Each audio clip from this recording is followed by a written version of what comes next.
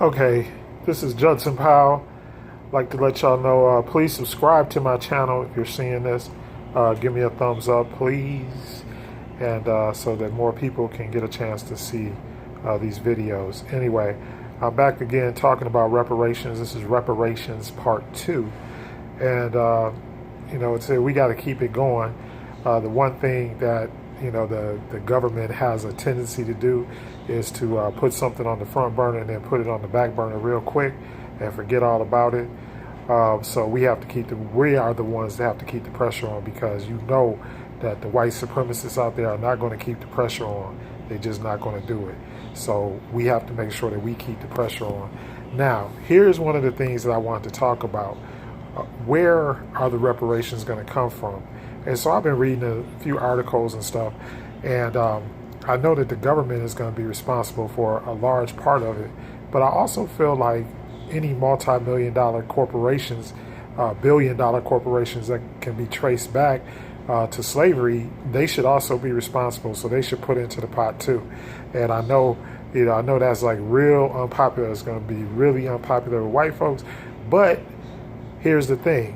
A lot of these companies and corporations, especially a lot of the big banks, a lot of the big conglomerates, a lot of the textile manufacturers, you can think of everything that was organized during slavery. Even during the Industrial Revolution, after we came out of slavery, we went from an agrarian society to a manufacturing society. But even that money came from slavery. So we know that the money was placed into the economy off the backs of our ancestors. We know that. So we need to trace that stuff back, and we need to have them doing what? We need to have them paying reparations. They also need to come out of their pocket. And look, they just got a whole bunch. Trump just got them a whole bunch of money. That tax decrease that they experienced, and I think it was even 30%. And then now the middle class and the poor are picking up all that money, in order to cover the expenses, just to pay for the things that are going on in the country. So we need to definitely include all of the large corporations, all those Fortune 500 corporations. Well, they need to pay their fair share of the reparations. But then once again, I go back to what I was talking about yesterday, and I just want to reiterate that, is that we have to have a plan, also a plan of what we're going to do as far as our economy, the entire economy of the entire country.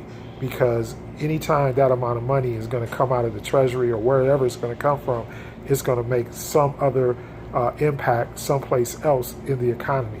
So we have to make sure that however we do this, that we don't bankrupt the country and put us into a depression,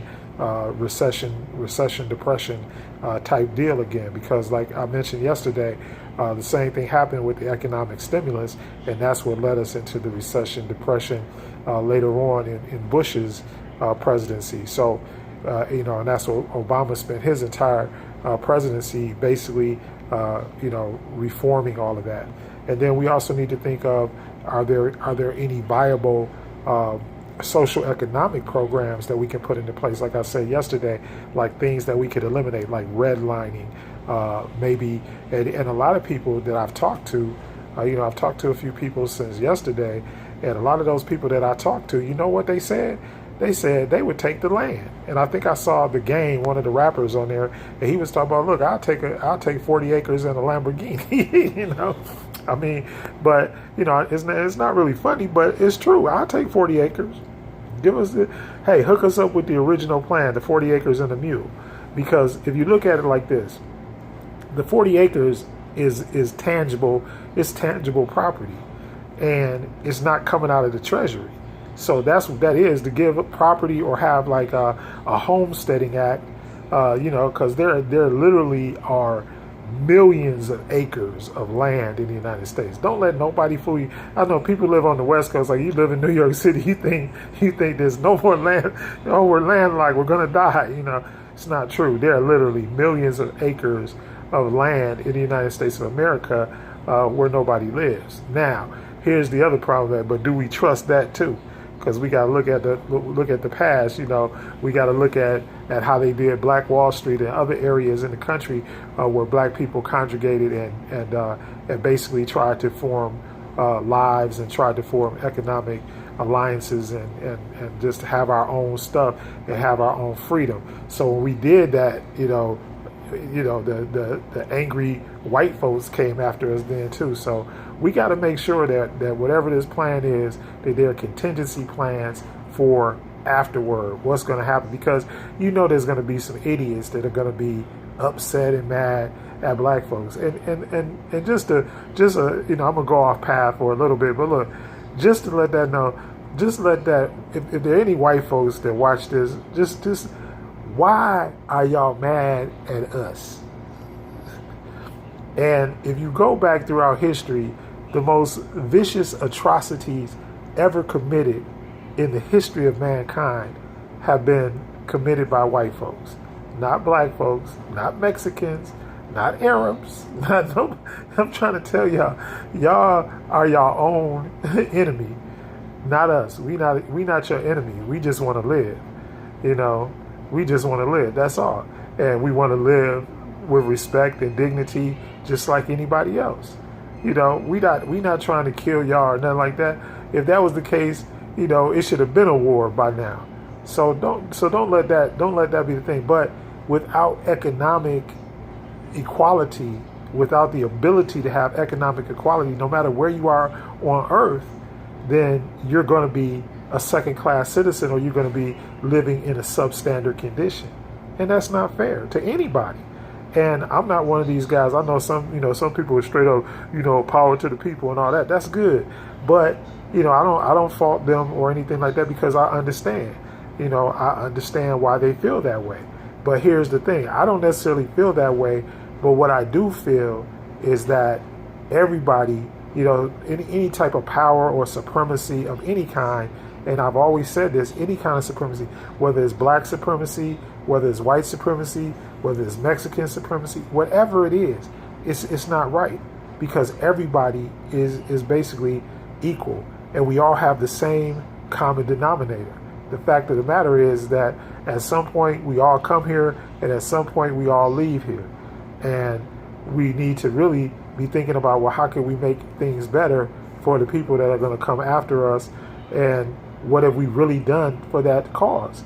And at this point, I mean, white folks, y'all got a pretty bad record. I'm just going to be straight up and honest. And I'm not saying this, and I know someone goes, oh, he's racist and all that. Well, guess what? I don't have any power and control over y'all. So there's no way I could be racist. I don't own, the banks and all of that kind of stuff. I don't own all that stuff. Y'all do, though. But you need to give the fair share of what was supplied so that your economy and everything else, we built this country. I mean, and most of the inventions of the 18th, 19th, and 20th century, we invented. And y'all capitalized off of every single thing. So you got to understand that it is important. In fact, it is imperative that reparations go through. I just don't want us to get into a thing where everybody just trying to go for a check, and then we end up worse than before we got the money. Remember, most people that win the lottery, they end up bankrupt. All right. So I don't want it to be a situation where, all of a sudden we got this big windfall. It's like we win the lottery, and then, a year or two later, we're broke. And that's where we have to put contingencies in place to make sure that doesn't happen. And if we don't, then we're in worse shape than we were when we started.